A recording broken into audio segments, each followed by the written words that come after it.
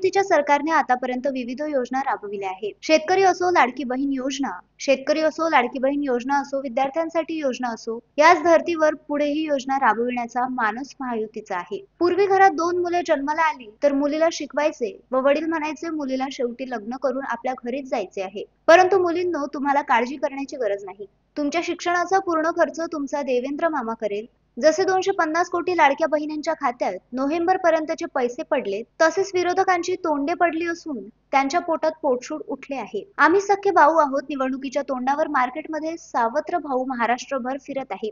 1500 ऐवजी महायुतीचे सरकार आल्यावर 2100 रुपये तुमच्या खात्यात पडतील असे आश्वासन मूर्तिजापूर येथील जाहीर सभेत उपमुख्यमंत्री देवेंद्र फडणवीस यांनी लाडक्या बहिणींना दिले आहे। येत्या 5 वर्षात शेतकऱ्यांना वीज बिल येणार नाही। 24 तास शेतकऱ्यांना वीज मिळणार, तर सत्तेत आल्यावर शेतकऱ्यांचा सातबारा कोरा करू, 10% रक्कम भरून मागेल त्या शेतकऱ्याला सौर ऊर्जा वीज पंप देऊ। देशातील सगळ्यात मोठा व पहिला नदी जोड प्रकल्प यामध्ये नळगंगा, पैनगंगा, वैनगंगा नदीचा समावेश असून या नदी जोड प्रकल्पाच्या माध्यमातून विदर्भातील नागपूर, वर्धा, अमरावती, अकोला, बुलढाणा जिल्ह्यातील 10 लाख एकर शेती सिंचनाखाली येणार आहे। 550 किलोमीटर यासाठी 86,000 कोटी रुपये प्रास्ताविक आहे। खऱ्या अर्थाने आम्ही मोठे स्वप्न पाहतो, छोटी स्वप्ने पाहणारे आम्ही नाही। नाव न घेता अशी कोपरफोडी देवेंद्र फडणवीस यांनी महाविकास आघाडीला मारली। या मतदारसंघातील 100 कोटीचे कामे पूर्ण करण्याची मी ग्वाही देतो, असे मुख्यमंत्री देवेंद्र फडणवीस यांनी मूर्तिजापूर विधानसभा मतदारसंघात भारतीय जनता पार्टीचे उमेदवार हरीश पिंपळे यांच्या प्रचारार्थ मूर्तिजापूर येथे जाहीर सभेत ते बोलताना म्हणाले।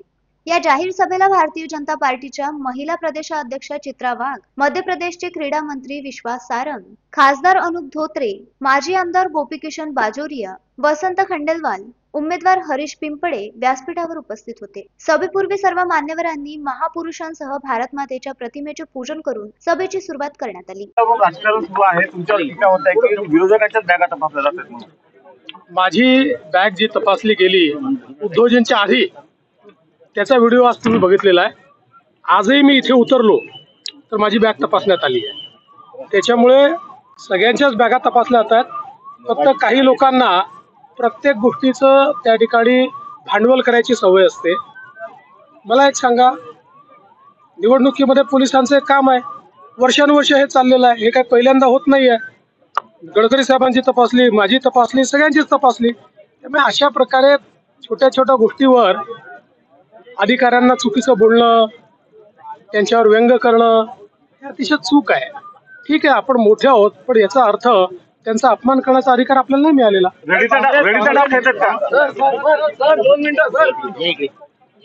काल टीका केली होती, आरोप केले होते। बघा आता काय आहे की ज्याला जे वाटेल ते तो बोलतोय।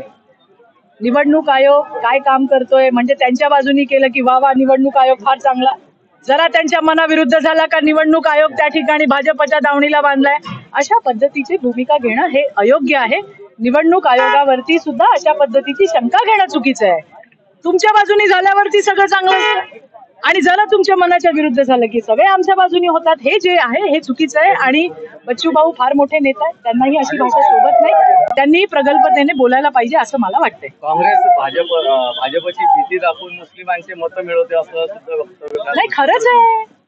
आज त्यांनी, मी तर तुम्हाला या ठिकाणी सांगते, या महाविकास आघाडीने म्हणजे काँग्रेसने, त्या बरोबरीने उबाठाने आणि त्याच्या बरोबरीने तुतारीवाल्यांनी या महाराष्ट्राचा सौदा केलाय। कोणाबरोबर केलाय? ऑल इंडिया उलमा बोर्ड, त्यांची पत्र आलेली आहेत, त्या 17 मागण्या बघितलेल्या आहेत। त्या 17 मागण्यांमध्ये काय लिहिलंय हे आपण सगळ्यांनी वाचलेलं आहे। आणि या 17 मागण्या मान्य करून यांना काय करायचंय की वक्फ बोर्डाच्या जागेंवरती अतिक्रमण आहे ते हटवण्यासाठी विधानसभेमध्ये कायदा त्या ठिकाणी मंजूर करा। 2012 पासून 24 पर्यंत ज्यांची घरं जाळली, लोकांना मारलं, अशा दंगल ज्यांनी घडवली त्यांच्यावरती गुन्हे दाखल आहेत ते मागे घ्या। हिंदुत्वाचा हुंकार असलेले रामगिरी महाराज आणि आमच्या नितेश राणेंना अटक करा, अशा बऱ्याच मागण्या त्याच्यामध्ये आहेत। त्यांचा एक मौलाना समाजकंटक काहीतरी सलमान अझहरी नाव आहे, त्याला सोडवण्यासाठी तुम्ही मोदीजींकडे शिफारस करा। यांना काय करायचं? यांना फक्त सत्ता हवी आहे। महाराष्ट्राचं वाटोळं झालं तरी चालेल।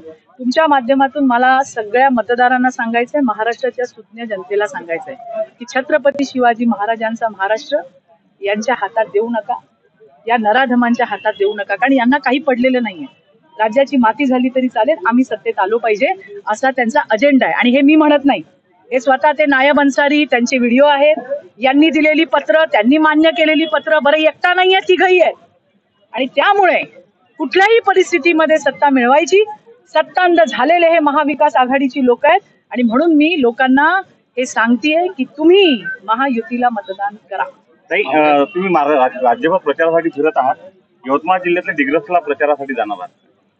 नाही, असं काय नाही, आम्हाला कार्यक्रम दिलेले आहेत. मी आता इथून मोर्शीला चालली आणि आतापर्यंत ही माझी 17वी ते 18वी विधानसभा. कालपासूनच मी विदर्भामध्ये सुरू केलंय. ज्या ज्या ठिकाणी आम्हाला कार्यक्रम आलेले आहेत त्या त्या ठिकाणी आम्ही जाणार.